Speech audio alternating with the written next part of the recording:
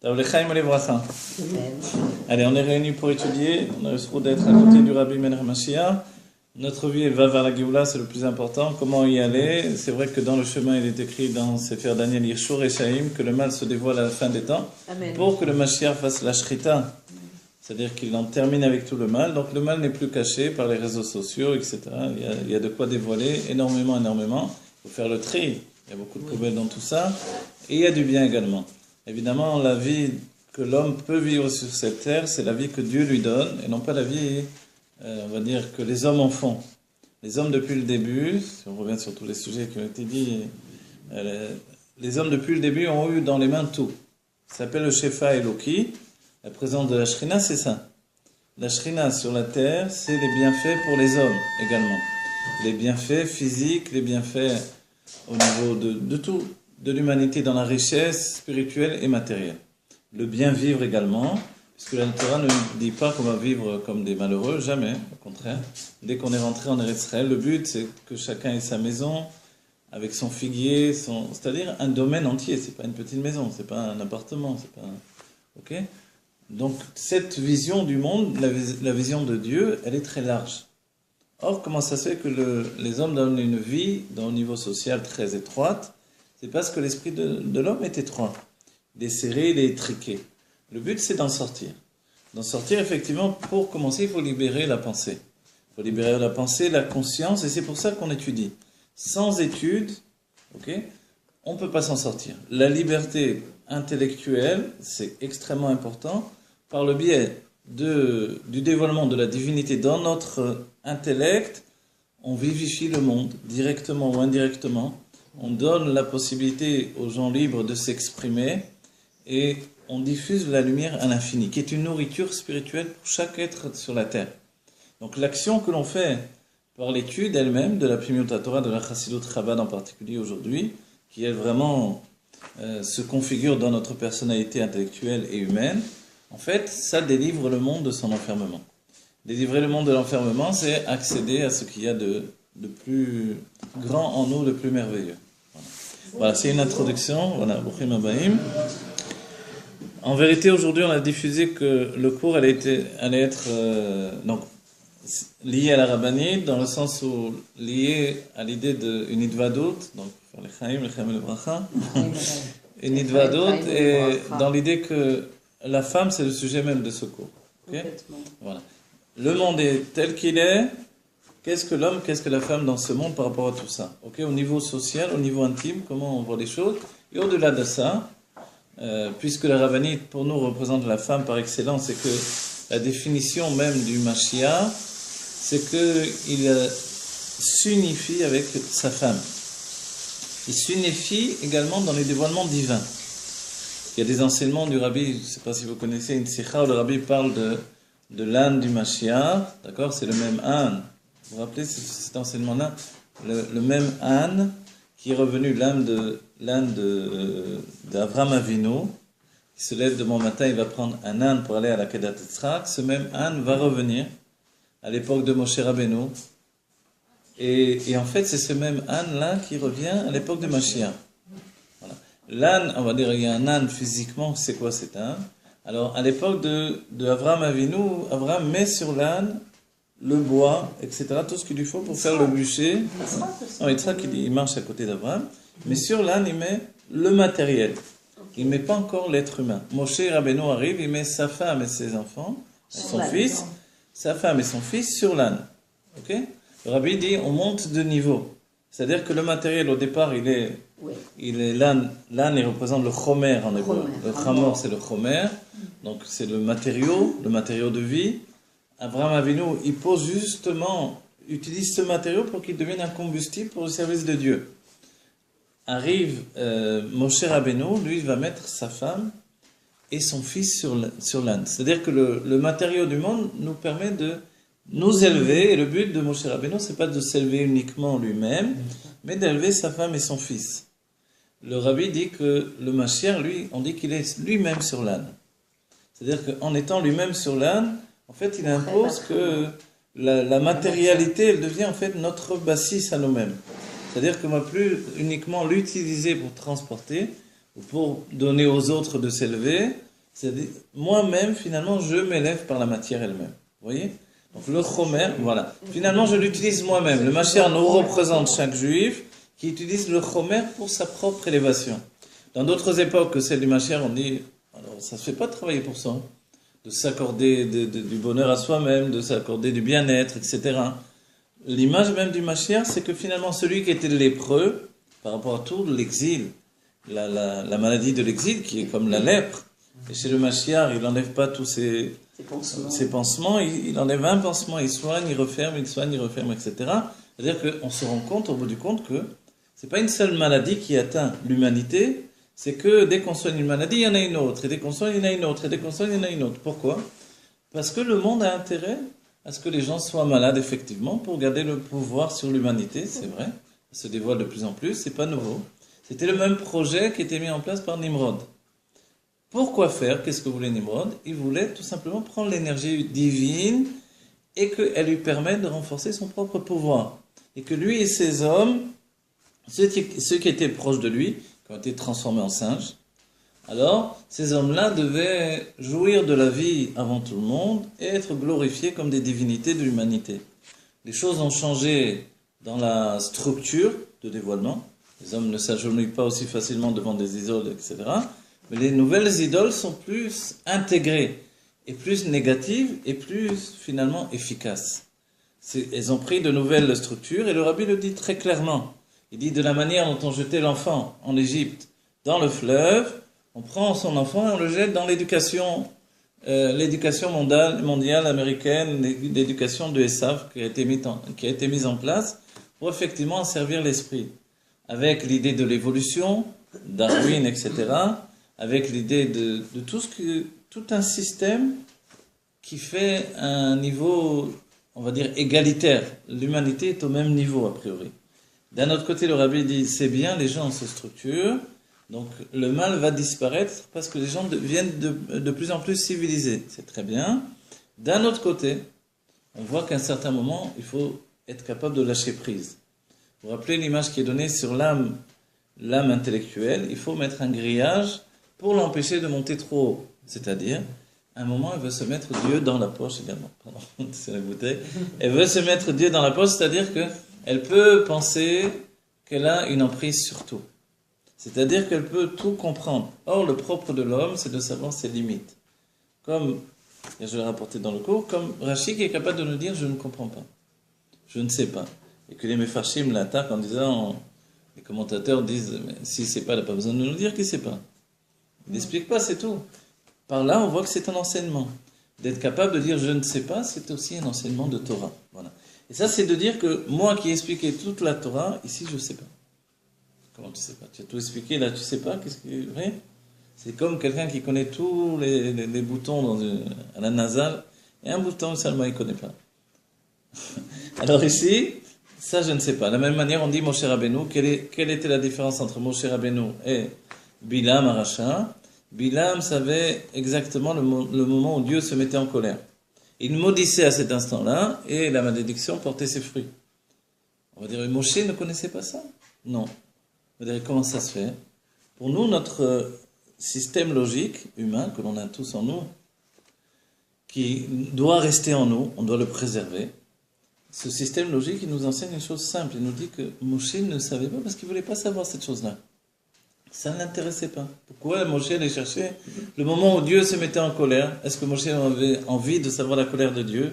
Est-ce qu'il avait envie de maudire quelqu'un? Non.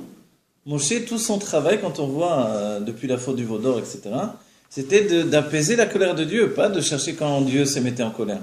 Donc évidemment, c'est exactement le contraire. Il y a des hommes de bien et il y a des hommes de mal. Est-ce que ça fonctionne par une idée que le bien est une chose physique? Non. C'est pas organique. C'est pas que quelqu'un qui est né mal, ou quelqu'un est né bien. Mais quelqu'un est né avec une soif de possession. Et ça, c'est vrai qu'il y a une tendance plus gvura. La gvura, c'est à la fois le pouvoir de possession et le pouvoir de destruction. On explique que la gvura, qui vient du monde de Hatzilut, quand elle exprime sa puissance, ça devient un pouvoir de destruction dans le monde. Ça peut arriver, que Dieu préserve, et ça arrive dans le monde, on le voit à droite, à gauche, dans ce qui se passe dans l'humanité.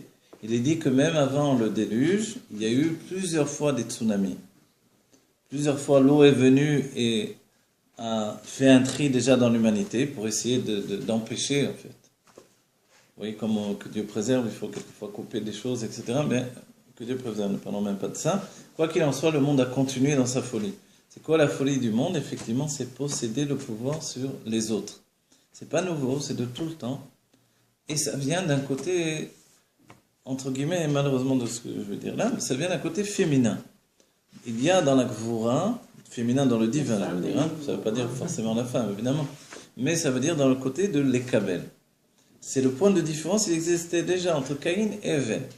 Caïn, qui est la base de la plupart des âmes qui sont dans le monde, alors il avait un désir de possession. C'est pour ça que Caïn est devenu un grand constructeur de villes.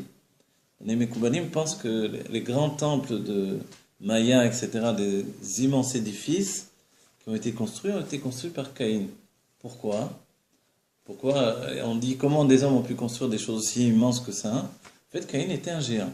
Il y avait à l'époque des géants et des petits hommes, on va dire. Les petits hommes, c'était Hevel, la descendance d'Hevel. L'autre enfant de Adam Arishon était également petit. Moshe est la réincarnation des petits hommes. Mais les petits hommes, Moshe Rabbeinu, ensuite, on a vu qu'il faisait 5 mètres de haut. Oui, c'est ça. Alors, mais il était petit, comparément, en comparaison alors, avec les géants c'était des immeubles. Non, vraiment, physiquement, c'était des immeubles. Pourquoi? Parce que le monde était de cette manière-là. Le Shefa à Eloki et le désir et le plaisir étaient tellement immenses que les corps étaient en comparaison du dévoilement de l'âme. Ça s'appelle le monde du Tohu. Dans le monde du Tohu, on n'a pas affaire à des petits, on a affaire à des immenses. Et en fait, il s'agit des âmes juives qui étaient là au début du monde. C'est écrit dans le Zohar, dans les écrits du Harizal, etc. On va dire, alors c'était nous au début du monde. Et pourquoi on a tourné comme ça? En fait, c'est le côté, le désir de recevoir et de posséder. Et c'est pour ça qu'Adam Arishon lui-même va se scinder en deux au commencement. Il y a Adam Arishon, un homme qui influence, au contraire, il donne tout ce qu'il a. Dans la base, le côté masculin est organisé comme ça. J'ai ça, tiens, je te donne. J'ai ça, je te donne, je te donne. Il donne sans arrêt.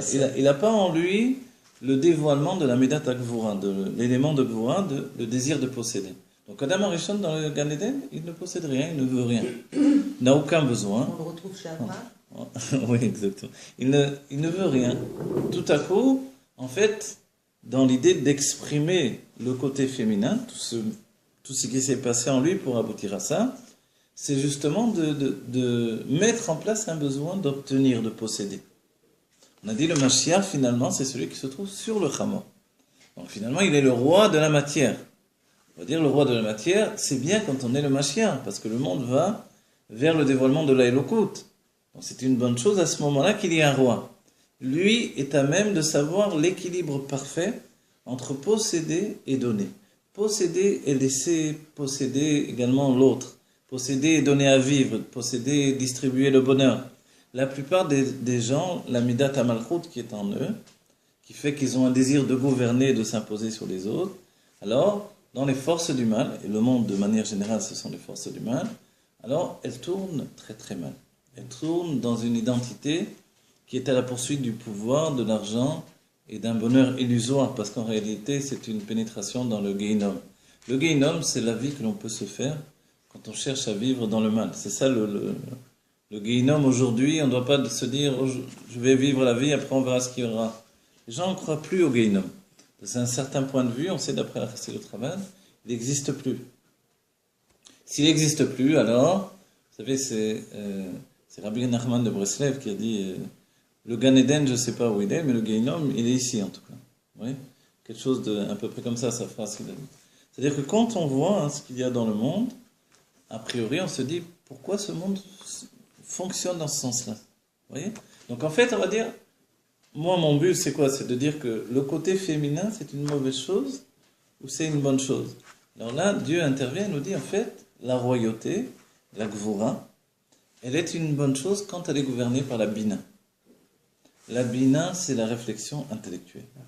C'est elle seulement qui peut donner à tout le système identitaire féminin, d'accord, et on parle du féminin en général, ça peut être homme ou femme, c'est-à-dire de désir de recevoir et de posséder, qui fait que les hommes se perdent depuis toujours. Ce désir qui a porté le Maboul, qui a porté la tour de Babel, qui a porté également tous ceux qui sont restés en Égypte. Pourquoi ils sont restés en Égypte? Parce qu'ils voulaient posséder.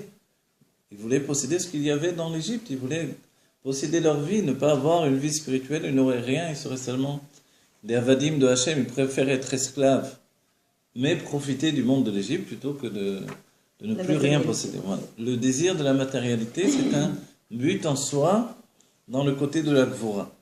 Ce shiur-là, on va dire, il met un peu en un autre aspect des choses que l'on a l'habitude de voir, mais il explique pas mal de choses également. Donc en fait, on va dire, alors qu'est-ce que le côté féminin pour l'homme quand l'homme se marie, il se confronte à la matérialité, qu'il ne connaît pas a priori dans son état de jeune chien fou, on va dire. Vous voyez, l'image de jeune chien fou, c'est exactement l'image du jeune homme. C'est un jeune chien fou. Il a dans la main un demi-shekel, il les utilise en une soirée, il fait, hop, il fait, etc. Si un homme n'est pas comme ça, c'est qu'il a déjà intégré des notions féminines de Gvura. Mais à la base même de l'être masculin dans son excellence, alors, il n'a pas justement ce côté-là. Donc en fait, rien ne lui appartient, donc il est exactement mis à Shir à sa mère Bechelko, c'est ça. Il est riche de ce qu'il a. C'est-à-dire qu'en vérité, comme il n'a besoin de rien, il est riche de tout ce qu'on lui donne ou de tout ce qui se prend au passage dans la vie. Dans la Géoula dans laquelle nous allons, notre richesse ne va pas venir uniquement de ce côté, on va dire, chesed, qui est le fait de donner, de s'exprimer, d'être dans le mouvement constamment. Quel est le problème de ce système de masculin, par excellence? C'est qu'en fait, il n'a pas sur lui la faculté de s'arrêter, d'analyser, de voir où il en est, de construire et de structurer en fait ce qu'il est en train de donner. Donc, au bout du compte, ça correspond au fait de perdre son existence. Quand on revient à Adam Arishon, avant que n'apparaisse dans sa vie Chava, il était en train de perdre toute sa semence. Sa semence spirituelle, même dans le monde de Asiya, elle était proche du matériel, elle n'était pas encore matérielle, elle se perdait totalement. Mais elle a créé des âmes, ça se Elle a créé des âmes. 2 âmes on retient, mais d'autres âmes on ne sait pas, mais des tas d'âmes qui sont sorties comme ça. Yecheskewa Amener et le prophète Yechesken. Le Harizal dit Lachon Chazak, Chosek, parce qu'ils ne sont pas rentrés dans le corps d'une femme, ils sont restés encore dans toute leur puissance. Donc on va dire, alors c'est sûr qu'il faut empêcher que l'âme masculine se perde. Alors Dieu lui donne une femme. Chava apparaît pour catalyser, structurer, recevoir on va dire tout le chesed masculin et l'intégrer dans une structure familiale, on va dire spirituelle au départ. Donc, ça devient Roma et Bina. C'est pour ça que la femme, elle a été créée à partir de l'être complet qui est Adam.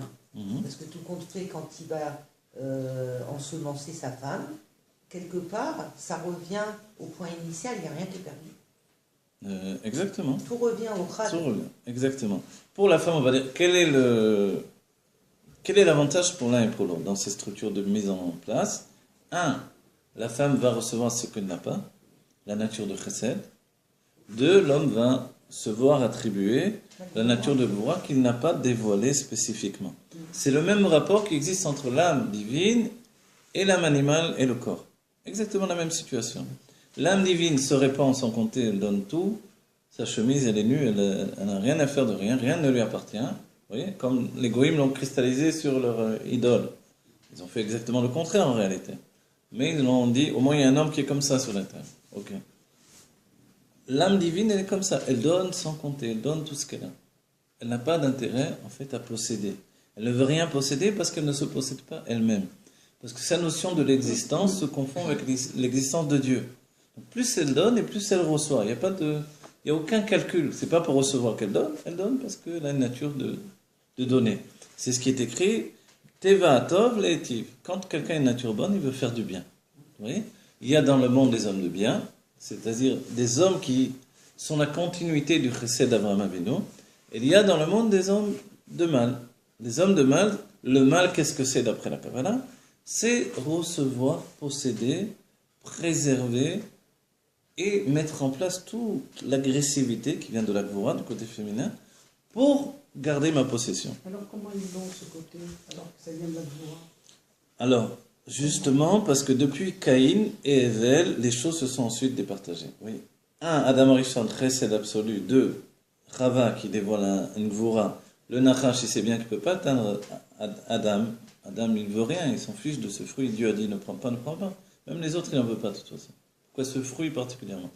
Alors, le Nachash, il atteint Chava. Parce qu'elle, elle veut posséder. Son être est installé sur la Gvura, le système de... Voilà. Le Nachash, il n'est pas Gvura. Le Nachash, il est Gematria Mashiach. C'est-à-dire, il veut faire entrer dans le monde une notion de transformation qui n'existe pas auparavant. C'est-à-dire que Dieu ne fait pas tout ce système pour nous faire du mal, évidemment.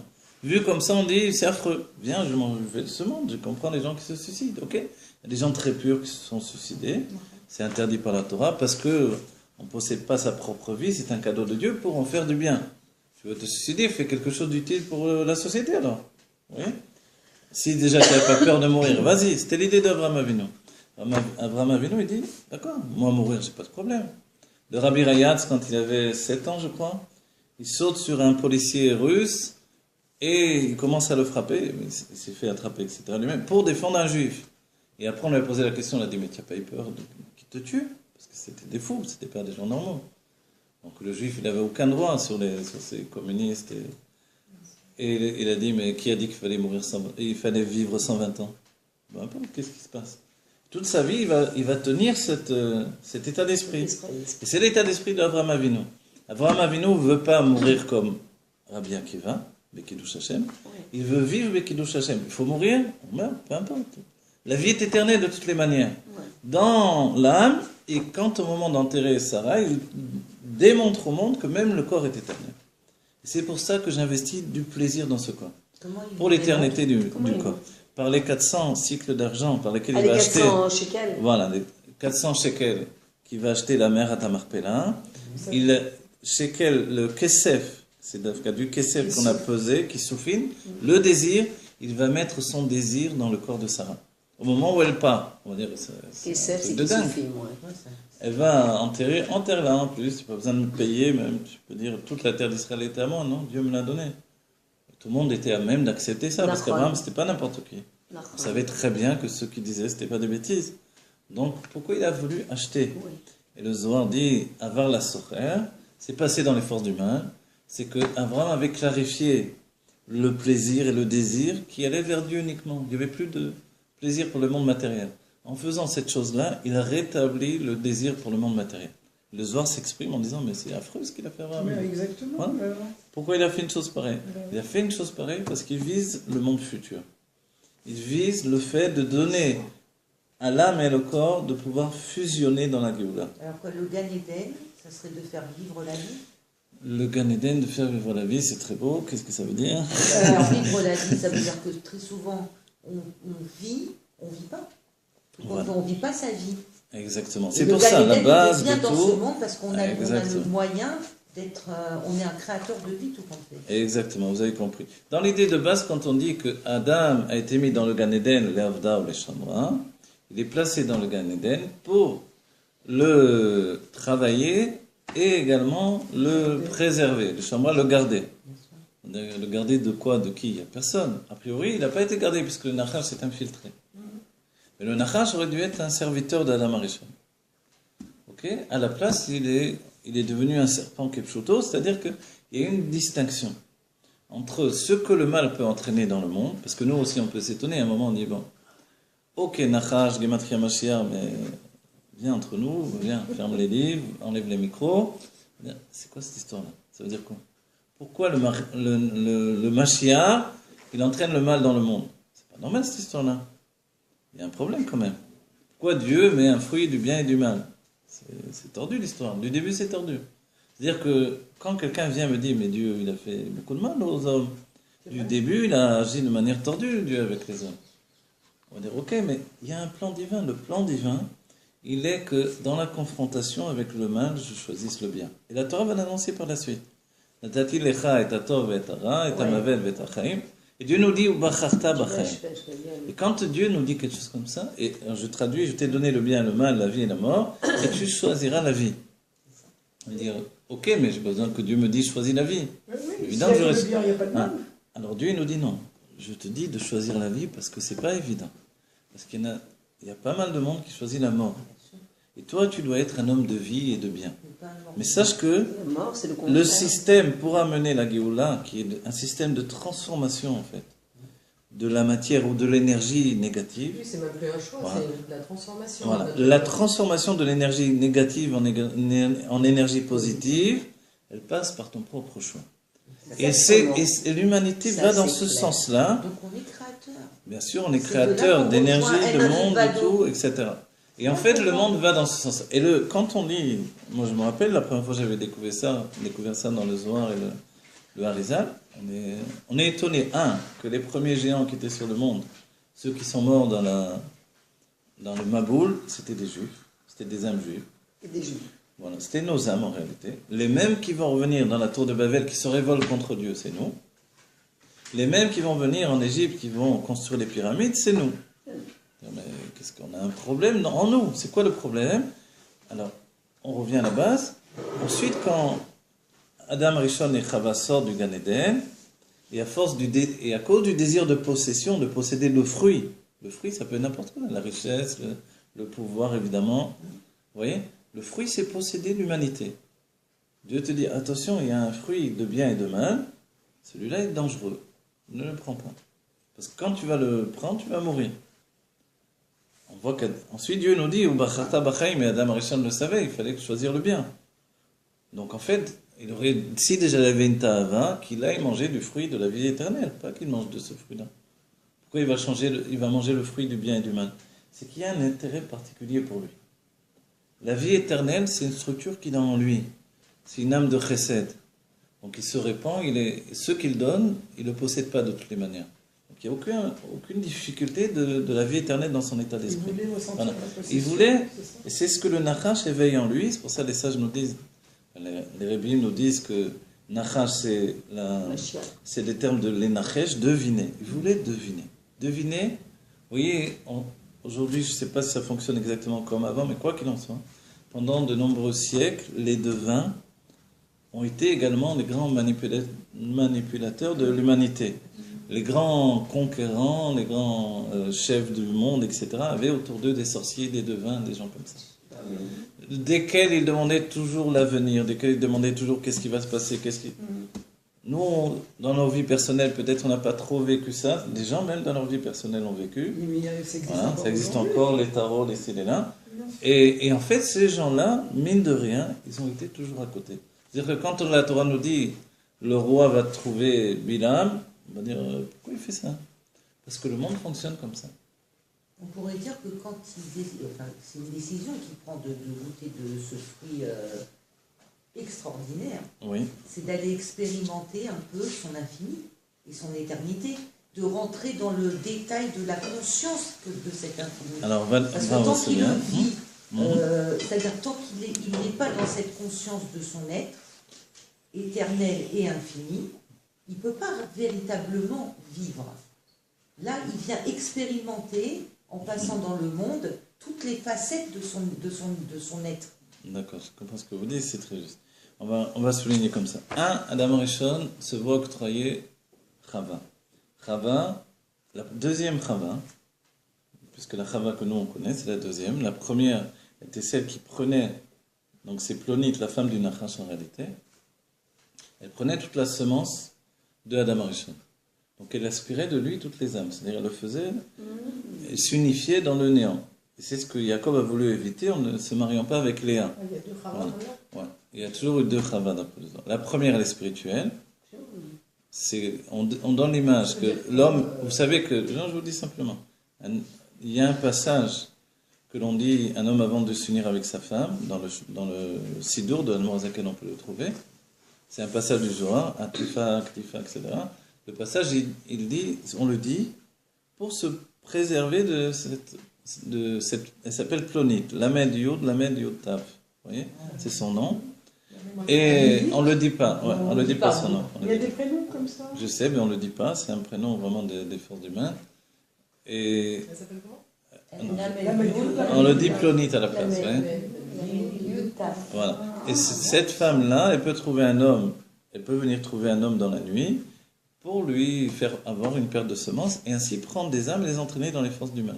Oui. C'est Yenikat Achitsonim de manière provoquée. Donc en fait, Par le côté c'est du pour ça mal, qu'il y a voilà. toutes les précautions possibles et inimaginables quand un homme Voilà. doit Alors, rencontrer quand sa un femme. homme, il doit préserver sa pensée. C'est pour ça, au minimum, même dans les générations où on est plus faible, on dit ok, préliminaire, tu fais ce que tu veux parce que tu dois te débloquer, sinon les hommes sont bloqués, ok. Mais quand tu donnes ta semence, tu dois être Kodesh Kodashim. Ok. Ça, c'est très important. Donc ça peut se produire quand un homme trompe, par exemple, avec une femme. Oui, ou même avec sa propre femme, dans le sens où. C'est pas dans le code, c'est pas kadosh dans Voilà, la tête. si du début à la fin, il n'y a rien de Oui, kadosh, c'est c'est-à-dire dans que Tailleur, la on finalité étudie ça. doit être kadosh. Les introductions, les préliminaires doivent être selon les degrés de la personne, du Kodesh Kodashim Ouais. au niveau moindre, mais au moins, au bout du compte, il doit savoir que la Kodesh responsabilité qu'il a avec ses descendants, elle vient de la pureté de son esprit. Ouais, exactement. Donc ça, c'est très important. Et dans notre époque, c'est ce qu'il faut enseigner pratiquement, c'est important. Ok. Donc la première Chava, quoi qu'il en soit, elle ne sort pas le Adam de sa nature de donner. Au contraire, le problème de donner, on le verra dans la Surah de Hod, c'est que l'on peut donner tout ce que l'on possède et se trouver totalement démuni, y compris démunir sa famille, etc. Vous voyez ? Vous allez dans la rue, il y en a un qui vient vous raconter une histoire, ah là là, tout là, j'ai plus d'argent ici, etc. Et vous, le peu d'argent que vous avez, vous le donnez, et voilà. Ça peut arriver. Il y en a qui sont des professionnels pour extorquer de l'argent. Ok. Juifs et non-juifs, il y a de tous les sens, et les juifs sont très doués même là-dedans. Ok. Ça, c'est le premier état. Adam Rishon donne, et ça porte effectivement des âmes qui se perdent, qui tombent également dans les forces du mal. Donc il y a une nécessité d'avoir une femme qui va catalyser l'énergie de Adam Arishon, l'intégrer au-dedans d'elle, intégrer son âme pour lui apprendre à gérer son âme. Ça ressemble à une banque. C'est pas mal, ça. Exactement, ça Une ressemble. banque de Vous savez, données. dans la Kabbalah, moi j'ai toujours entendu ça, dans la réalité c'est peut-être pas le cas, mais dans la Kabbalah, on dit, un homme il doit prendre l'argent qu'il a gagné, il donne à sa femme, il dit, tiens, ma femme, gère-le. Et la Il y a femme beaucoup de a personnes, les des femmes qui outils, gèrent le d'après la budget. Kabbalah c'est comme ça, la femme a les outils pour C'est vrai. gérer l'argent que le mari va lui donner. Mais exactement. Dans la réalité c'est pas toujours exactement comme ça, puisque les femmes Mais peuvent être souvent, très souvent, dépensières, la etc. femme, elle gère le- Vous êtes très dépensière. Non, les femmes peuvent être très dépensières. Pourquoi ? Peuvent être, je veux dire, il y a des Peuvent femmes être, comme ça, c'est vous bon. savez très bien. Vous êtes Non, non, non, dépensière. Comment ça se dépend? Non. Les femmes peuvent être très dépensières, ou alors les hommes, etc. Mais les hommes sont plus prudents. Vous voyez ? Il y a dans l'homme un côté prudent, qui vient d'une crainte tout simplement du monde. Il a peur de se mettre en galère, il peut préserver ce qu'il possède. Il voit que la femme, dans sa émouna, elle a plus de keter que de da'at. Comme elle a plus de keter que de da'at, elle dit ah, Dieu va donner. Et du coup, elle peut s'acheter des diamants au lieu de payer le loyer ou des trucs, etc. Oui, Non, mais c'est la vérité, voilà, ce que vous dites, ouais, hein. du coup, Complètement vérifié. la Gvura, C'est elle ce est... qui fait avancer aussi. Hein. Mais vous savez, c'est extraordinaire parce que l'énergie même que la femme va déployer pour dépenser l'argent, elle vient du mari. Au départ, c'est son énergie à lui. Lui, il a une âme qui est faite sur le fait de tout dépenser, c'est son être. Comme il voit que le monde est dangereux et que le peu que l'on gagne, il faut le préserver, vous voyez, c'est la bracha de Hashem, Yivarecha, Veishmerecha. Il te bénit, mais il te garde ce qu'il t'a donné également. Il faut toujours voir les deux côtés, masculin, féminin, sinon il n'y a pas de bracha. Donc en fait, l'homme devient prudent, parce qu'il a peur aussi de sa femme qui est dépensière, qui le met dans des situations risquées. Okay ? Elle le met dans des situations risquées, et il y a une part de Dieu là-dedans. Il faut trouver un équilibre entre la prudence du mari et les investissements de sa femme. Ouais. On va dire comme ça. Okay. Il faut trouver un équilibre, c'est vrai. Mais c'est vrai qu'on se rend compte que de son côté, le mari il peut ne pas dépenser un sou. Vous voyez ? Tellement ça, il est prudent, tellement il a peur. Il peut dépenser aussi. Et puis voilà, hop, allez, il y a là. Voilà. Quand il se lâche, on découvre que c'est pas sa nature de tenir les choses. Ouais, c'est vrai. Quand il se lâche, il y va à Ouais, fond, normal, et la normal. femme elle devient plus inquiète. Elle dit, oh, doucement, qu'est-ce qui se passe ? D'accord. Donc on voit que c'est un équilibre. C'est pas évident cet équilibre à trouver. Dans le monde, après Adam et Chava, dès qu'ils sont sortis du Gan Eden, Adam, lui, il s'est réfugié dans la Tchouva. Il a compris que tout ça, c'était pour faire une transformation. Il a dit, la transformation, je vais la faire sur moi-même. Première chose, je me sépare de ma femme. C'est ce qu'a fait Adam Arishon. Il s'est séparé de sa femme. Oui, Pendant elle faisait 130 partie de son ans, corps. il est rentré dans le Pendant Gichon, combien 130 ans. Ah oui. Il avait le temps devant lui, ça allait. Mais 130 Ah oui. ans, il était dans le Gichon, le fleuve le Gichon. En faisant tchouva, il était dans le mikvé du matin. Quand elle était physiquement quelqu'un d'autre. Physiquement, hein. Ah, pas parce qu'elle Après était la en faute, lui, quand ils sont d'abord. sortis du Gan Eden, Oui. il s'est séparé de sa femme pendant 130 ans. 130 ans, il était quoi dans le mikvé? Dans le mikvé du matin au soir, il Oui, était mais tout le temps dans 130 le ans pour eux, mikvé. c'est une journée, comme ils ont vécu. Non, quand même, c'est pas une journée, mais il avait le temps, évidemment, donc il pouvait s'accorder 130 Mais ans il de avait vie. 930 ans. Voilà. Il a vécu 930 ans. C'est incroyable parce qu'à partir de ça, Il était où on peut comprendre un peu la structure Où c'est de la relation entre un homme et une femme. Ouais, Je sais ouais, pas bien ce sûr que c'est. que- C'est quoi, bien sûr, c'était un- ce C'est qu'il quoi, faisait. où il Parce que était? ça Il a était dans été- le Gichon. Le Ah, Gichon, oui, c'est à le Yerushalayim. Gichon, Vous voyez, c'est le le fleuve fleuve, c'est le fleuve, Simcha de la Betashweva, création. c'est le Gichon, oui. Ah, le Gichon. C'est le fleuve que. C'est le fleuve qu'on va retrouver. Qu'on va Voilà. retrouver. Il est maintenant Voilà. retrouvé. Il n'est pas aussi grand On va le qu'il était au retrouver. départ. C'est une source qui. Tout fleuve, il vient d'une source. Donc la source, elle est là, et c'est un petit fleuve, mais un fleuve, a priori, ça veut pas dire une rivière, donc ça doit être grand. Jérusalem, c'est tout petit pour l'instant. Non, Mais ça va grandir. Pour qu'Adam Harrison puisse se tremper dedans, il devait être très très grand, puisque lui il était immense. Vous voyez, il était bien plus grand que tous les géants qui étaient dans le monde. Ok. Donc en fait, il était pendant 130 ans là-dedans, jusqu'à ce qu'une certaine femme, je ne me rappelle plus la femme de... je vais retrouver le nom, c'est dans le Sefer Bereshit, on peut regarder. Elle vient le voir, en fait, avec son mari, parce que elle avait un grief avec son mari, et je sais pas, son mari a voulu se séparer d'elle, et ou elle, bon, quoi qu'il en soit, son mari l'a amené devant Adam Harrison, voilà, pour aller voir le rabbi, quoi. Et Adam Harrison lui a dit, pourquoi tu veux pas aller avec ton mari, etc. Et elle a dit, mais toi alors. Ah oui, elle avait fait le calcul que Hachem allait faire mourir les enfants de Caïn. Voilà. Donc elle s'est dit, pourquoi moi je vais apporter des enfants au monde pour que Hachem les tue? Je préfère pas n'importe au monde. Ok. Voilà, elle a fait un planning familial. Et Adam Harrison lui a dit, mais est-ce que toi tu rentres dans les calculs d'Hachem? Laisse faire. Dieu, il verra. Et toi Il a dit, mais toi, tu es un beau parleur, mais toi, le premier, qu'est-ce que tu fais depuis 130 ans, te séparer de Tu ta séparais femme? ta femme. Pourquoi tu sépares de ta femme? Hein? Parce que tu veux pas apporter dans le monde des enfants. Une fois qu'il a vu que Caïn a tué Ève, il dit, je vais encore apporter dans le monde des assassins. Donc il a dit, maintenant, non, toi le premier, fais tchouva, retourne avec ta femme. Et effectivement, c'est ce qu'il a fait à Marishon. Il a donné naissance à un fils Metoukan, qui était la réincarnation de Hevel, qui venait de la base de Moshe Rabbeinu. Qui Oui. c'est? C'est Chet ou Set, je ne sais plus comment on dit, entre le français et l'hébreu, je m'en fous. Set ou Chet. Chet, on dit. Chet, en hébreu c'est ça, voilà, Chet. Des chètes. Voilà, Chet, Le en fils français de ils Noah. disent 7, je crois. Les Il y en a d'autres fils qui de disent Noah. 8. Non, Shem le fils de Noah. Shem le fils de Noah et Seth ou Chet, Chet, il faut regarder, c'était Seth, qui voilà. Le fils de Adam Harrison. Ah, un autre Le fils qu'il a eu Metoukan, quand il a retrouvé voilà, sa femme. qui portait l'âme de Moshe Rabbeinu, si vous voulez. Elle était Ah, où voilà. pendant tous ces... Il portait l'âme de Mais- Hével. Eh bien, elle était dans le monde, mais elle faisait sa vie, quoi. Elle faisait sa vie, dans le sens Qui où ça? Qui faisait ça? Chava, elle était... Ah, pendant ce temps-là. Pendant ce temps-là, elle vivait également une vie privée, personnelle, je ne sais pas qu'est-ce qu'elle faisait, quoi qu'il en soit, elle était séparée de son mari. En tout cas, il ne pouvait pas avoir une autre liaison avec quelqu'un d'autre. Elle ne pouvait pas avoir une autre liaison, puisque les seuls hommes, c'était ses enfants, ses petits-enfants. Ben voilà. Donc, elle était seule. Et elle a attendu qu'Adam revienne, il est Elle a revenu à vécu elle. combien Et de ils temps? enfantaient. Papa Hein? Elle a vécu combien? Elle a vécu longtemps. Ça nous colle à la peau. Ça nous colle là. Complètement. Donc il y a ces situations, effectivement, d'une femme seule qui vit, voilà.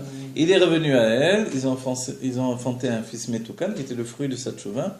Vous vous rappelez que Yocheved, la mère de Moshe Rabbeinu, s'est réunie avec, donc elle s'est remariée une Oui, seconde avec, fois avec avec Amram. Amram à l'âge de 130 ans. Qui correspondait, Kalshana, vous vous rappelez Kalshana qui correspondait, voilà, 130 ans de Elle Adam s'est Harishon remise. après la tchouva. Vous voyez, il s'est réuni avec... Avec Amram. Donc Voilà. on retrouve, c'est pas le tikkun un peu quelque part. C'est un tikkun, effectivement. C'est 130 ans, c'est plus que 120 ans. Oui. Ah Parce oui, que c'est Admea ça. Vesrim, qu'est-ce qu'il y a après? Moshe, il vit Admea Vesrim de manière dévoilée. Vous voyez? Donc en fait, c'est un cycle de pureté. La personne se purifie à partir de 130 ans. Il se peut que dans l'humanité, si on cherche tous les 130 ans, on voit que le monde se purifie de niveau en niveau. Vous voyez? Donc en fait, la vie recommence à partir de là. Quand ce nouvel enfant est venu, c'était un enfant de bien. En entendant, la continuité de Caïn s'est dévoilée dans le monde. Caïn, donc c'est, à la différence de Hevel, c'est justement comme Chesed et Gvura. Caïn descend du côté gauche, Hevel descend du côté droit. Et il y a des choix dans les âmes, c'est-à-dire que Caïn vient avec 2 femmes, du côté gauche, il voit ses sœurs jumelles descendre avec lui, spirituel. Et au dernier moment, l'une des 2 sœurs passe du côté droit avec Hevel. Ah, elles Donc sont Evel parties. est né avec deux sœurs jumelles, dans la même poche, a priori, ou quelque chose comme ça. Et Caïn, puisque c'est des frères jumeaux, il est né avec une seule sœur jumelle. Et après, d'entre les raisons qu'il a tué son frère, c'était pour lui reprendre sa sœur jumelle. La sœur jumelle, dont il défendait le fait qu'elle venait de son côté à lui, le côté gauche. Ok, vous avez compris? Voilà. Toute l'humanité au départ, c'était que des jumeaux. Alors. C'était que les jumeaux, parce que l'âme sœur, évidemment, de là le terme l'âme sœur, on n'allait pas le chercher à l'autre bout du monde, il naissait avec nous, c'était ma sœur et c'était ma femme en même temps, c'était plus facile. On a dit que les chefs de tribu avaient aussi. Oui, les tribus d'après le... Ouais, Non, dans avaient la aussi base. des jumelles. Ils étaient- Dans la base, c'est plus facile, on ne va pas le Les chercher. chefs de tribu. Oui, oui. Hein, c'était Voilà. ça. Alors ensuite, à partir de là, on voit Caïn, c'est un être qui veut posséder le monde, il veut jouir de la vie. Et cet état d'esprit de jouir de la vie, de posséder, les deux réunis, ça entraîne également la destruction de l'humanité. Ben oui. Il veut faire des villes. Des villes, pensez bien que ça veut dire de faire des villes, c'est de mettre en place un système social. D'accord? Ce système social, c'est un désir de pouvoir, de gouverner. Evel, c'était exactement le contraire. C'est un berger. Il ne veut pas mettre des murs dans le monde. Si c'est des murs, c'est des petits murs. En même temps, Voilà. le berger, il ne va pas faire avancer le monde. Enfin, ben, Entre guillemets, la volonté de Dieu se continue de ces deux figures-là. Un féminin, l'autre masculin. Vous voyez? Chacun avec... mais la décision est prise quand une deuxième femme vient du côté du chesed, on voit que le parti pris, c'est... Le chesed doit être plus puissant que la gvura. Toutes les fois où la gvura est plus grande que le chesed, la gvura vient étouffer le chesed. Vous voyez? Parce que le but du monde, c'est pas non plus, dans un couple, c'est pas non plus que le mari devienne radin, mesquin, petit, étriqué. Et il le devient à cause de prudence, à cause de crainte, à cause de danger, à cause de fait que peut-être ils savent pas gérer l'argent, etc. Donc il apprend, au bout du compte. Mais il n'est pas structuré pour ça au départ. Donc il va prendre sur lui de dévoiler un côté féminin, qu'il n'a pas forcément à la naissance. Ok? Et la femme doit l'aider. Et en même temps, ils doivent gérer dans leur vie pour être heureux, et c'est là la difficulté, le chesed et la gvura constamment. Trop de gvura, ça tue, puisque à force de tout surveiller, on s'empêche de vivre forcément. Ouais, Okay? ça devient insupportable. Voilà. Trop de chesed, mais on n'a plus de toit sur la tête, on n'a plus rien. On a mis zéro de côté, on n'est pas capable de payer les charges, on vit, voilà. Dans les horotes. Voilà, dans les horotes, donc il faut trouver un juste milieu. C'est ce que Dieu attend de chacun d'entre nous. Mais c'est le plus difficile, ça s'appelle vivre. Ouais. Il y a des gens, effectivement, comme les descendants de Caïn, qui eux ont décidé d'avoir le pouvoir sur l'humanité. Okay? Pourquoi? Pour gérer les bienfaits divins qui viennent dans ce monde. C'est-à-dire que comme Evel lui disait, mais ce monde c'est Alors juste un monde de passage. Alors, Évidemment. oui, bien sûr. Evel dit, ce monde... Il ne nous appartient pas, ce monde, il est juste un monde de passage. On vient du Gan Eden, on doit retourner au Gan Eden. Caïn a dit, putain, qu'est-ce que tu me racontes? Ce monde, c'est la finalité. Je crois que par erreur, on est sorti du Gan Eden. Caïn n'a pas tort. Bien sûr. Il n'a pas tort comme Korah. Ah, exactement. Il n'aura pas tort quand Caïn va rentrer dans Korah. Korah, ça C'est sera... comme Nimrod, Ah. et c'est comme... Attendez, Korah, c'est quoi? C'est... Korah, c'est la réincarnation de Evel également, mais de côté de la chute qu'il y avait dans Evel, qui a pris la chute d'Adam et Rishon a occasionné chez Evel également une chute. On a toujours dit que Moshe, c'est la réincarnation. Oui. Les deux. Pourquoi Korah va se lever contre Moshe? Parce qu'ils ont en fait une ils ont une partie proximité de l'âme de la voilà. mer. Voilà. C'est pour ça qu'on va dire, mais pourquoi les autres ils n'ont pas demandé Ça comme sort Korah? plus, en fait, ils Oui. sont- Et après, Vaikar Korah, Il y a du monde. Vaikar Korah, le côté négatif de Evel va prendre sur lui l'âme de Caïn. Il va prendre en plus l'âme de Caïn, et maintenant, Caïn plus le côté négatif de Evel vont se lever contre Moshe Rabbeinu. Vous voyez? Donc, c'est-à-dire qu'il y a même dans Evel un côté de Gvura négatif, de dire, moi aussi, il me revient, moi aussi, je ne suis pas venu pour mourir, je suis venu pour vivre. Mais dans l'idée de base de Caïn, lui, c'est légitime, tu veux pas ce monde-ci, mais viens, je te délivre du monde. Le Harizal le dit, ce pirouche-là. Il dit, son problème, c'est de vivre dans ce monde, son problème. Viens, je te délivre, pourquoi tu vas vivre mal? Il y a un problème d'identification à la base. Il y a un problème de décision, qu'est-ce que la vie? C'est une grande marloquette. C'est ça, mais c'est aussi C'est quelle une immense identification marloquette, on a voilà. de la vie et de nous-mêmes qui va tout, qui va faire que la vie elle va se dérouler d'une certaine manière pour chacun. Voilà. Et les grands problèmes de l'humanité, comme les grands problèmes du Ça. couple, c'est exactement la même chose. Bien sûr. C'est entre donner et recevoir. Entre posséder et relâcher la Et bride. relâcher. Ouais. Entre préserver sa vie et la vivre. L'organiser et la laisser être... Les deux choses. Voilà. Il faut trouver ce juste milieu. Et ça, c'est le plus difficile, c'est notre travail au quotidien. Continuellement. Parce que quand on veut organiser, on veut travailler, on veut faire, on arrête de vivre. Très souvent, on oublie de vivre. On est tellement occupé à organiser, à vouloir obtenir que ce que l'on a déjà, on ne le vit pas. Ouais. Donc c'est pour ça que la Torah nous dit, les sages nous disent, Mi Ashir Asamer Bechelko, contente-toi de ce que tu as. Et c'est vrai que le premier pirouche, on entend, voilà, tiens un petit bout de pain, mange ton pain et sois tranquille. Ok. Mais c'est bien pour l'homme, ça. C'est un tzimtzum Voilà. horrible. C'est bien pour l'homme, cette histoire-là. Parce que l'homme, compte tenu qu'il veut rien en réalité, Il adore le tzimtzum. voilà, il veut rien, l'homme. En fait, il veut rien, l'homme. Non. C'est-à-dire que l'homme, tu lui donnes une petite cabane au bord d'une rivière, il va pêcher son poisson, et voilà, il est content. Qu'est-ce que tu veux qu'il ait de plus? Comme l'histoire, qui va voir un autre, qu'est-ce que tu fais? Tu pêches, mais tu sais que si tu vas travailler, etc., tu pourrais gagner beaucoup d'argent, et voilà. Et après, qu'est-ce que tu ferais? Et à la fin, ben après, tu auras du temps libre pour pêcher. Il dit, eh ben, moi, je pêche directement, laisse-moi tranquille. Alors, en fait, c'est ça le truc. C'est vrai que l'homme, il est dans sa nature comme ça. Adam Arishon, il n'en avait rien à faire de rien. Du fruit défendu, pas défendu, qu'est-ce qu'il s'en fiche de ça? Vous voyez? Ça ne le touche pas. Et le Nachash, il le sait bien. Adam Arishon, il n'en a rien à faire. Mais Il veut pas. quelque part, Chava vient de l'intériorité d'Adam. Ah, voilà. Alors, Chava, elle est ce que Dieu a placé en l'homme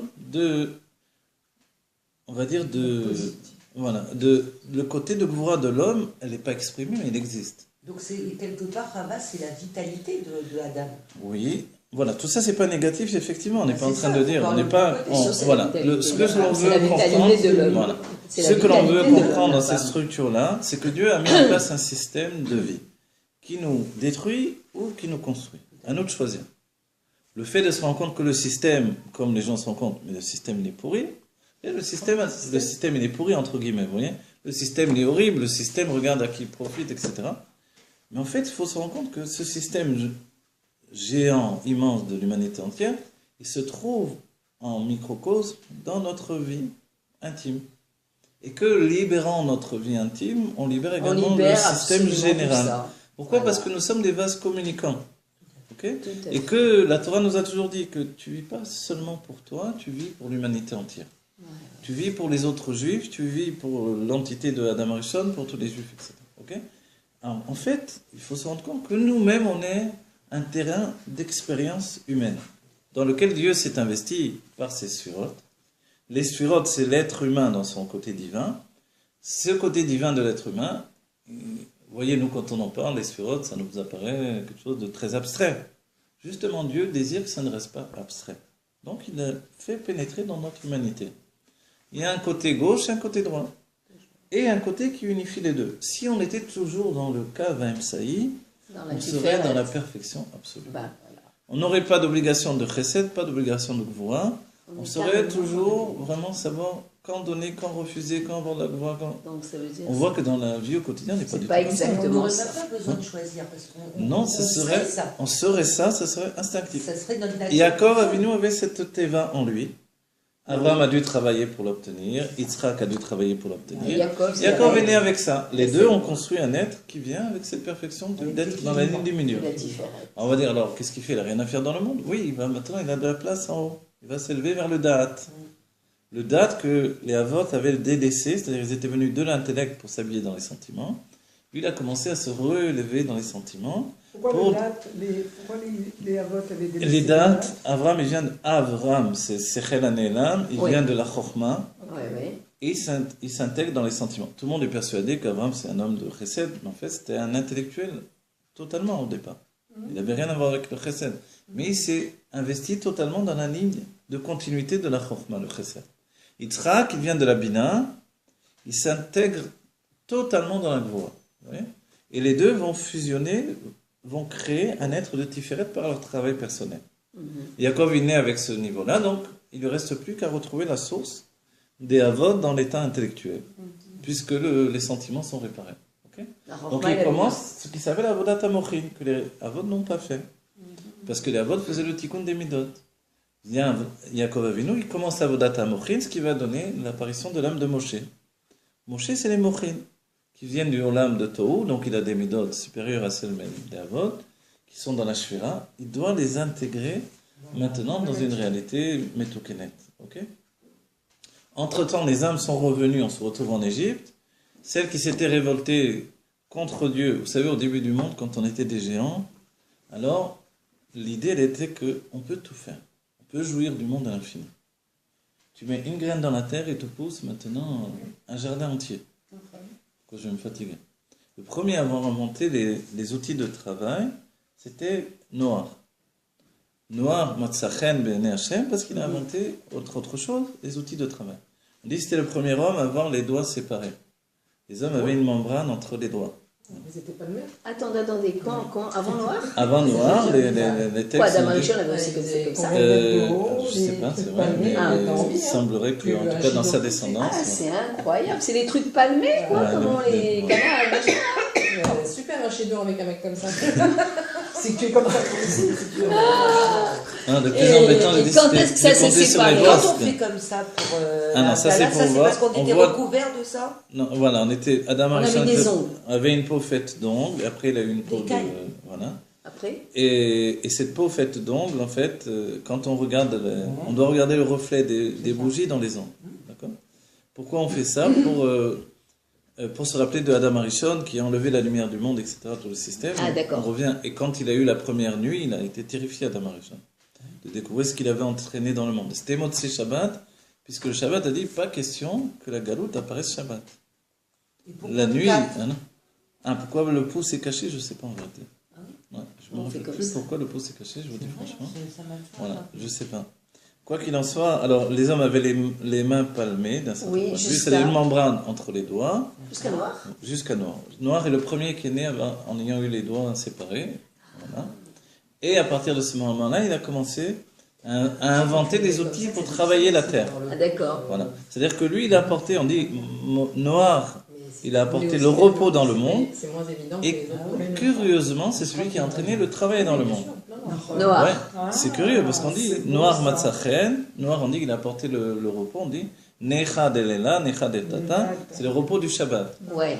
On dit mais c'est quoi le repos du Shabbat? C'était lui qui a donné les outils de travail dans le monde. Il dit oui, en fait l'explication c'est que sans le travail de la semaine, le Shabbat il perd toute sa valeur. Si tous les jours c'est Shabbat dans le sens négatif, pas dans le sens positif, c'est la Géoula évidemment, dans le sens négatif où tous les jours tu fais rien de ta vie, tu fais que jouir du monde. Ils avaient une femme pour donner des enfants, une femme pour avoir de la jouissance. Ils mélangeaient les noms divins. Ah oui, le monde était... Ça continue, c'est pas... Et cet esprit-là continue, exactement. Cet esprit-là continue, bien sûr. L'esprit de base du monde, il ne s'est pas interrompu. Tout ce que l'on voit aujourd'hui dans la société, on peut le trouver dans les livres, dans le Zohar, vous le retrouverez exactement écrit. Comme ça était le monde du début. Donc au départ, c'était comme ça. Voilà, le monde est fait sur une base de jouir des bienfaits divins. Je dois bientôt arrêter parce que je dois aller chercher mes filles au gars. Jouir des bienfaits divins, ok? Donc Dieu, maintenant, on va aller plus vite dans l'idée que l'on met en place, ok? A donné un homme et une femme qui sont un microcosme de l'humanité, ok? Qui doivent réussir à vivre cet équilibre entre je te donne et je possède. Si Dieu a installé que Caïn et Èvel sont venus au monde, c'est que les deux ont une nécessité pour l'humanité. Caïn n'est pas une erreur en chemin. Puisque la plupart des hommes qui vont venir dans le monde, puisque Caïn a tué Èvel, vont venir de Caïn et non pas d'Èvel. Et après, dans les âmes, il n'y a que très peu d'âmes du côté de Èvel. La plupart des âmes, elles viennent de Caïn. Donc en fait, Caïn, c'est l'âme qui a du mal, qui a une lutte, dont l'âme animale est un problème. Vous avez vu le Tanya d'aujourd'hui, il a dit que le Benoni, il a des pensées de Niouf, des pensées... de Niouf, ça veut dire c'est comme s'il regarde des sites pornographiques, quoi, ça veut dire. C'est ça dans sa tête. Dans un premier lieu, il a le désir d'aller avec sa femme, et dans un deuxième lieu, ça peut être même des choses interdites. On va dire, c'est ça la tête du Benoni? Comment c'est possible un truc pareil? Cet homme-là, il ne faut jamais. Voilà. Qu'est-ce que c'est le Benoni? Pourquoi? On parle des hommes, n'oubliez pas des femmes. Oui, non, j'ai bien compris. Mais ça veut dire quoi? Comment ça se fait que le Benoni, il a ce truc-là? Oui, c'est vrai. Alors qu'il ne fait pas de faute, en fait. Quand on remonte dans l'histoire du monde, l'humanité, nous on ne veut pas être des Benoni, on veut être des tzadiki, mais on est en relation avec le tzadik. C'est l'explication du rabbi. Maintenant, au début du monde, tout tourne en fait autour de ce sujet-là également. C'est-à-dire que la notion de Chesed et Gvura, elle se retrouve aussi dans l'union intime et dans le fait de, comme Adam Rishon, de décider, puisque c'est tellement dangereux de s'unir avec sa femme, je préfère me préserver d'elle. Vous savez, on dit que Chava a eu des rapports avec le Nachash. Oui. Mais d'un certain point de vue, le Nachash, c'est aussi l'homme lui-même.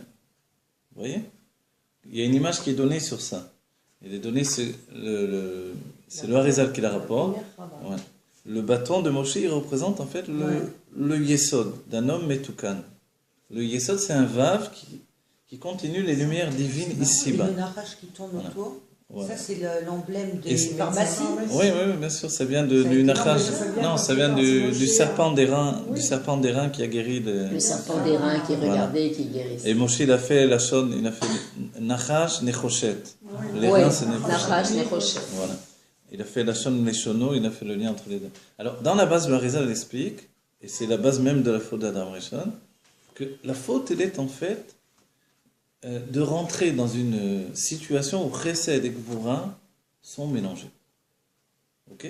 Tant qu'ils sont séparés et qu'ils s'unifient dans le fait que chacun garde sa spécificité, alors tout est bien. Mais quand ils sont mélangés et qu'on n'est plus capable de distinguer l'un de l'autre, ça devient un danger également. Ok? Et le propre d'une union, elle-même, elle est dans ce fait-là de Chesed et Gvura sans arrêt. Si bien que les hommes, à force de vouloir maintenant donner, ils en arrivent à avoir des pensées négatives. Des pensées qui sont peut-être abjectes dans l'effort du mal, des pensées interdites. Okay? C'est une histoire du Benoni alors. Voilà. Et en fait, ce chesed, d'où vient la pensée maintenant du Benoni qui sort de la tfila et qui a des pensées de femmes, il doit les repousser. Pas lui qui les corrige, mais ça vient de quelque part. Ça vient du début du monde. La Kabbalah dit que la faute de Adam Rishon, c'était justement l'union avec sa femme, qui était faite comme une union pour le plaisir et non pas pour une union spirituelle. On s'étonne parce que c'est un être spirituel. Mais même dans le spirituel, on peut avoir le fait de vouloir posséder. Vous vous rappelez la notion de la chassidut, tovli adavar. C'est-à-dire que Hachem, c'est une chose qui est bonne pour moi. Et ce tovli adavar, dans le monde, ça a apporté une catastrophe. Les premiers hommes qui sont nés de cette union-là, en réalité, sont venus dans le monde, et c'est Caïn qui est le chef de cette pensée-là, avec l'idée de « je vais jouir de la divinité ».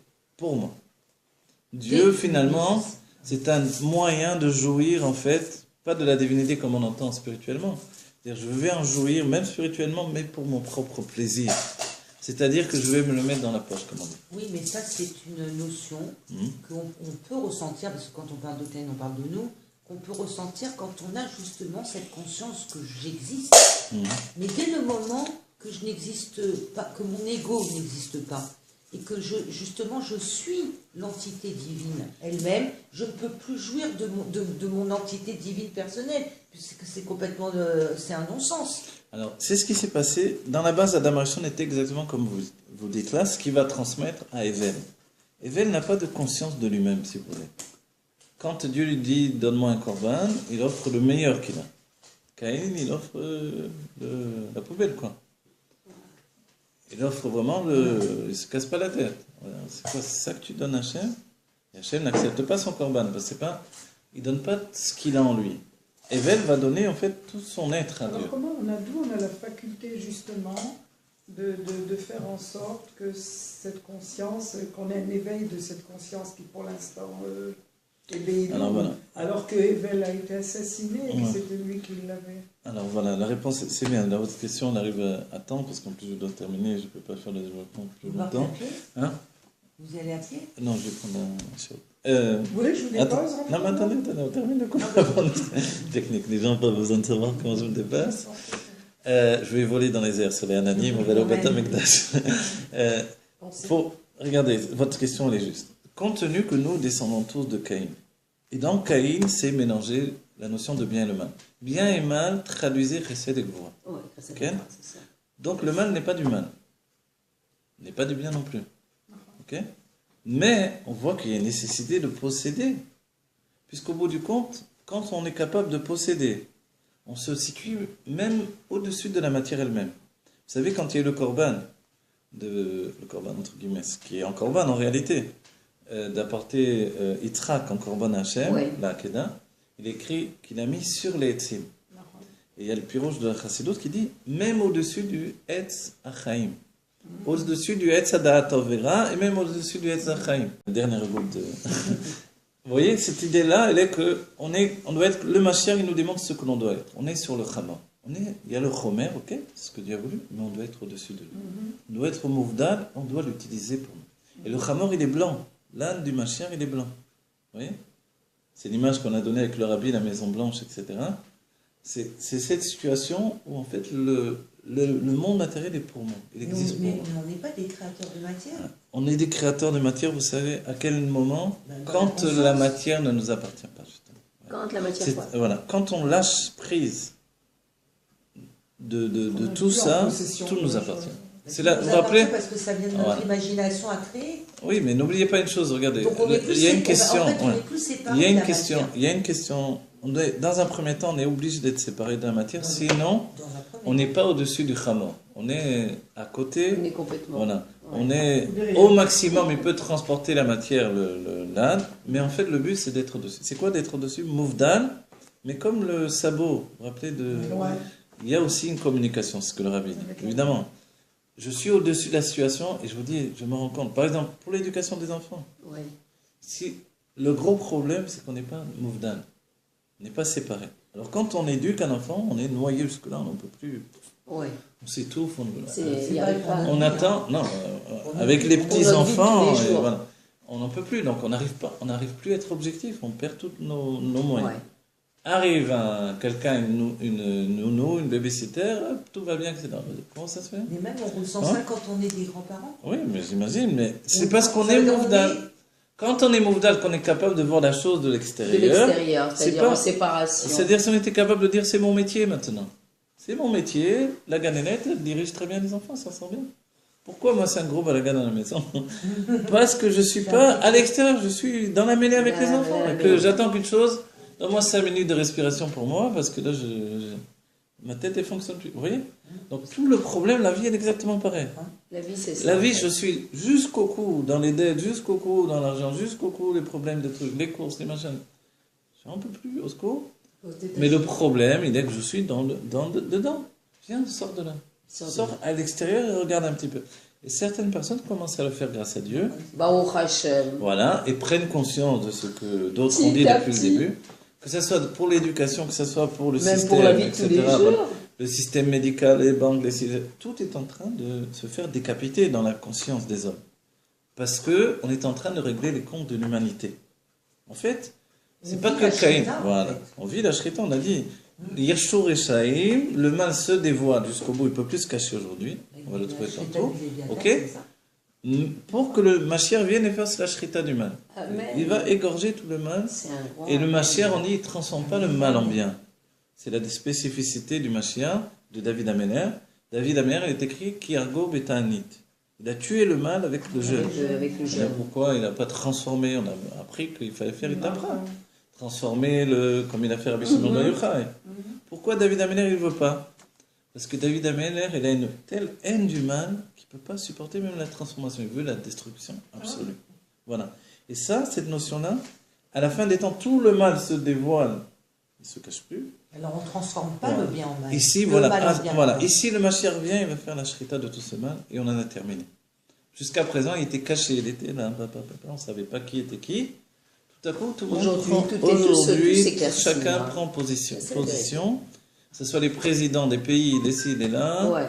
chacun est en train de prendre sa De position. prendre sa position Voilà. et de- Dans le monde, parce que finalement, tu es du côté de la Géoula et du Mashiach, Ou tu es ou côté tu le es contre. du côté T'es du dans le mal. dur rachat. Voilà. C'est-à-dire, Caïn fait tchouva ou non? Vous savez que pendant des siècles, les tzadikim ont travaillé à la tchouva de Caïn. Rabbi Akiva, par exemple, il est écrit que son fils, il va s'appeler Rabbi Yoshua ben Korcha. C'est-à-dire le fils du Kiréar, le fils du chauve. Pourquoi Rabbi Akiva il est appelé un chauve? Il n'avait plus de cheveux. Bon. De toute façon, on se coupe tout. Oui. Pourquoi on appelait Rabbi Akiva le chauve dans la Torah? On dit que les cheveux, ça véhicule la gvura, la rigueur. C'est le côté féminin. Ok? Et en fait, Rabbi Akiva a tellement travaillé sur lui pour enlever, parce qu'il était une âme de Caïn, pour enlever tout le côté de la rigueur négative qu'il y avait en lui, qu'il a fait tout tomber tous ses cheveux. Il a fait tomber ses cheveux, dans le côté positif, dans le côté physique et spirituel. C'est pour ça qu'il était appelé le chauve, mais les Mariota, comme un chevar, comme une louange. Pas le pauvre, il n'a plus de cheveux. Oui. C'est-à-dire qu'il y a un travail qui est fait du côté de Caïn. Ok, on va dire, d'accord, je suis né Esav. C'est-à-dire qu'un juif, il doit être capable de se dire, j'ai pas eu la chance d'être né Jacob, mais je suis né Esav. Mais au bout du compte, Esav, il peut devenir Mashiach. C'est-à-dire que ce désir de possession que j'ai, je peux le mettre au service de Dieu. Non pas juste, le rabbi l'a utilisé dans un premier temps, j'ai un désir de possession, tiens, fais des écoles, fais des migrés, fais des ci, fais des là, fais des là. Un petit salaire, il arrive, il a un petit désir de possession qui grandit avec le temps, et il a de plus en plus d'écoles, et il y a même un cas où le rabbi a dit, c'était le Rav Pesner, qui ensuite s'est installé en Suisse, il a dit, entre les frères Pesner, il a dit, et toi, tu n'as pas de Yetzirah, tu ne veux pas ouvrir une école, comme ça. Le rabbi lui a dit comme ça. Et ça, c'est le propre du Mashiach qui dirige, en fait, les âmes de Caïn, et lui, il est Evel qui va dire à Caïn, tu veux obtenir, d'accord, tu ne peux pas vivre sans obtenir. Tu veux ta maison, tu veux un compte en banque bien rempli, tu veux ci, tu veux là, fais. Qu'est-ce qu'il faut faire pour ça? Alors les shluchim ont compris, il faut se mettre au service de la communauté en utilisant ce désir de possession pour créer des choses qui vont servir la communauté, en même temps que tout l'ego de la personne se remplit de tout ça. Au bout du compte, à un moment, il faut savoir faire une marche arrière et se dire maintenant au niveau personnel où j'en suis. Vous voyez, chacun d'entre nous, on est dans la génération, il faut savoir se placer. Donc je ne suis pas Evel, ok, mais ça ne veut pas dire que Caïn il est venu dans le monde pour rien. Il est venu, c'est lui qui a les outils de transformation. En fait, on doit transformer l'humanité. En fin de compte, on porte un mot Evel aussi. On porte Evel dans le chesed qui est en nous. Ben oui. Voilà. Mais le Caïn en nous, et c'est l'âme de Moshe qui est en nous, qui nous permet d'accéder à notre Géoula. Le Caïn est exprimé par la Nefesh Abahamit. Voilà. Et c'est le Shorabar. Le Shorabar et la Nefesh Abahamit sont dans le même côté. C'est la rencontre avec le monde matériel qui est le désir de possession. Comme dit le Tanya, l'étude, la moi, les Shem Shamaim, c'est d'étudier pour devenir Rav. Ça veut dire quoi? C'est drôle de dire ça quand même. Ça veut dire que d'avoir l'orgueil de la Torah, c'est vraiment basculer vers le Erev Rav, vous voyez. Erev Rav, dans le Zohar, c'est des rabbanim. Celui qui utilise la Torah pour ses fins personnelles. Rav dans le Zohar, c'est les rabbanim. Ah oui, Erev Rav, c'est des Rav. C'est comme les rabbanim qui ont vendu les enfants juifs qui sont nés des témanim, etc. Il y a beaucoup de rabbanim dans ces trucs-là. Le rabbi a parlé de ça. Et le rabbi n'a pas pu transformer la chose. C'était trop impliqué, trop... C'est la base de tout ça. Le vrai Erev Rav. Le Nachash, qui est à la base une source de mort, dans la Géoula, il devient une source de vie. Exactement. Exactement. Et c'est pour ça que le Mashiach... Donc il y a quelque part cette transformation. Exactement. Mais alors, pourquoi David Amelech fait la shrita? Parce qu'il y a un temps pour la transformation et il y a un temps pour se débarrasser du mal. Alors, il y a un temps transformation. La transformation, c'est tout le temps de l'exil. Arrive le moment de la Géoula où on connaît le mal est dévoilé, on s'en débarrasse pour toujours. Et ça c'est le travail du Mashiach. C'est le travail du Mashiach. Personnellement, il est en train de faire les guerres du Mashiach. Il y a des choses qui se passent. Ok. C'est-à-dire les anges de l'extermination qui voulaient nous exterminer, nous, sont en train de s'auto-exterminer. Oui. Tant mieux. Oui, okay. Oui, bon, Hachem. Il aurait mieux valu pour eux qu'ils fassent tchouva entre-temps. Ils n'ont pas fait tchouva. Ils sont en train de s'auto-tuer. Okay. Nous, notre but aujourd'hui, c'est notre problème de vie personnelle. Effectivement, on se rend compte qu'il y a des vampires de partout. Il y a des Nimrod qui nous attendent à tous les coins de quartier. Et le rabbi a dit, mettre son enfant, effectivement, dans une école en Amérique, c'est comme le jeter dans le fleuve, dans le Nil. On parle des écoles laïques. Voilà. Et c'est pour ça qu'au départ, on va lui donner, mais c'était ça, l'américain. Au départ, le rabbi a dit, à la fois, il a donné le côté positif, et à la fois le côté négatif. C'est-à-dire que le président des États-Unis peut représenter également Paro également. Donc c'est le désir de posséder matériellement, c'est ce que le rabbi a en avant. Donc on doit donner toutes les armes pour que Evel se dévoile au maximum et que le Caïn soit un Caïn à la manière de Rabbi Akiva, c'est-à-dire qu'il transforme sa nature de bien, de posséder pour posséder la Torah dans le bien. En fait, notre vie elle est basée sur ça. Donc Donc si au bout du compte, on se rend compte qu'effectivement, des hommes dirigent le monde, mais des hommes ont toujours dirigé le monde, qui s'appelle Nimrod, ou qui s'appelle je ne sais pas qui, ok, c'est comme ça. Ouais. C'est l'humanité comme ça. Est-ce que c'est définitif ou non? C'est évident que non. C'est sûr que non. Shlomo Amener a dit qu'il y a un temps pour tout. Et ce temps est arrivé qu'on en termine avec l'obscurité. Pour que l'on termine avec l'obscurité, se dévoile le grand jour. Nous, notre travail par rapport à l'obscurité, c'est évidemment de prendre position, oui, de savoir où se diriger, au maximum de se renforcer dans notre monde à la fois naturel et spirituel. On ne peut plus vivre uniquement pour nous, et même les goïms commencent à s'éveiller de ce côté-là, grâce à Dieu.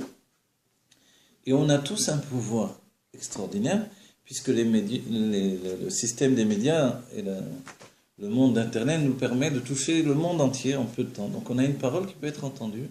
Donc il faut en profiter, diffuser au maximum, chacun d'entre nous. Absolument, c'est très important. Que ce soit par l'écriture ou par la parole ou par l'image, on peut diffuser un message. Et ce message, vous savez ce que dit le Harizal? Il dit, quand on écrit un livre de Kedusha, il y a des milliers de livres de Thomas qui sont détruits de l'autre côté. Mais voilà. Vous comprenez? Quand on étudie la Pnimiut Torah, c'est comparable à des centaines d'heures de niglé de Torah. Vous voyez? C'est comme, là, on a un cours de Pnimiut Torah, c'est comme si on avait étudié des centaines d'heures de Gemara, en comparaison. Donc les choses ne sont pas par rapport à ce que l'on voit. On a l'impression, on a fait un petit cours. Ce petit cours, tu sais ce que c'est? Quelquefois, c'est des choses qui n'ont jamais été dites de toute l'histoire de l'humanité. Et qui apportent une lumière, voilà, pour l'humanité tout entière. Donc en fait, ne sous-estime pas tes possibilités. Tu vas dire dans ta vie personnelle, quel rapport avec l'humanité, là aussi, le travail que tu vas faire pour rester positif, pour rester agréable et de plus en plus heureux de vivre ce que Dieu te donne, c'est un moyen de gérer ce qu'il va te donner quand tu vas devenir immédiatement milliardaire également. Si je ne suis pas capable de gérer quelques centaines de shekels, qu'est-ce qui va se passer quand je vais avoir des milliards de dollars et des milliards d'euros dans les mains? Alors voilà, je suis en train d'apprendre et je vais m'en traduire. Envoie le Shefa. Attends. Voilà, envoie le Shefa. Je suis en cours. Des messages préparés d'avance. Des fois, je suis au cinéma, j'avance au cinéma. C'est pas spirituel et matériel. Voilà. Vous comprenez tout ça? Le but de tout ça. Dieu a donné une femme à l'homme. Je dis beaucoup de bien aux femmes, mais je continue à le dire. Sans les femmes, l'homme est enfermé dans son système personnel. Mais dans la structure humaine que Dieu nous a donnée, la femme et la gvoura, l'homme et le chesed. Les deux réunis, c'est une entité d'équilibre absolu. Cet équilibre absolu, voilà, il est vraiment notre vie. Maintenant, chacun se place. C'est vrai qu'à certains moments dans notre vie, peut-être dans l'histoire des couples, il y a des moments où Adam est dans le Gichon jusqu'au cou et la femme elle est toute seule de son côté. C'est vrai. Elle gère la maison de son côté avec ses enfants. Ça existe aussi. Mais il y a des périodes différentes dans notre vie. On va arriver à trouver l'équilibre dans notre humanité, dans tout ce qui est notre vie. Amen. N'oubliez pas, dans la Géoula, tous les Zivugim se retrouvent. Ça veut dire que chacun aura son Zivug à Amiti, de toutes les manières. Ok? Le Zivug à Amiti, c'est pas un autre que celui que j'ai. Ah, d'accord, je ne comprenais pas là. Mais quand on dit Zivug à Amiti, c'est que l'union sera profonde. C'est ça ce que ça veut dire. Oui, c'est-à-dire qu'aujourd'hui, malheureusement, il y a un bisbous terrible. Le bisbous, c'est... Oui, il faut dire. Le bisbous, c'est qu'au lieu que l'on mette en place tous les éléments pour unifier les âmes dans la construction, beaucoup de temps se perd à la destruction en chemin. Au lieu d'être occupé à construire ce que l'on a et d'évoluer, on est en train de détruire au passage. Alors ça perd un temps fou. Surtout qu'on n'a plus de temps, puisque l'humanité est arrivée à son terme. Voilà. Et que l'humanité est arrivée, ça y est, on est rentré dans Yemot HaMashiach. La Géoula, hein? Je sais bien sûr, mais on en a pris conscience, vous voyez? On en a pris conscience. Et on avance dans la maturité de Yemot HaMashiach, des jours du Mashiach, à un tel point que la Géoula peut se déclencher d'une seconde à l'autre. Mais de toute façon, on le voit parce que le monde est en train de l'exprimer. Exactement, le monde exprime. C'est le travail du peuple. Vous savez ce que le monde exprime, aussi bien que ce que l'on exprime, ou dans notre vie quotidienne on exprime, que ce soit les enfants, les adultes, etc. C'est notre désir de vivre le bonheur de manière infinie. En fait, les hommes sont en révolution aujourd'hui, surtout. On est en révolution sur la maladie, on est en révolution sur la mort, on est en révolution sur les traumatismes. On va dire, qu'est-ce qui se passe? C'est la même révolution qui existait à la tour de Babel, mais elle devient positive. Parce qu'il y a un bureau de l'humanité qui se fait. Juifs et non-juifs. Il y a encore des Réchaïm, des gens qui pensent qu'Oman a gouverné, a tué, a soumettre, etc. Ok, ils vont disparaître, le Mashiach va les... Sortir de l'humanité, le bien qui est en eux va être réintégré dans l'humanité, le mal va disparaître pour l'éternité. Il n'y a plus de transformation. Il n'y a plus de transformation quand arrive la Géoula. Un goy ne peut pas dire « je veux me convertir au judaïsme ». Ah, tu avais tous les siècles pour le faire, c'est trop tard. Ok. Donc, je dis un goy parce que ce n'est pas un guerre dans ce cas-là. Un guerre, son âme est en éveil, il avait déjà une âme juive, il veut revenir à son judaïsme. Mais un goy qui dit non, ça m'intéresse. Du temps de Shlomo, il était interdit de se convertir. Vous savez. Et là, ce que vous dites. Du temps de Shlomo, on n'acceptait pas les conversions des non-juifs. Ah, c'est vrai. Ah oui.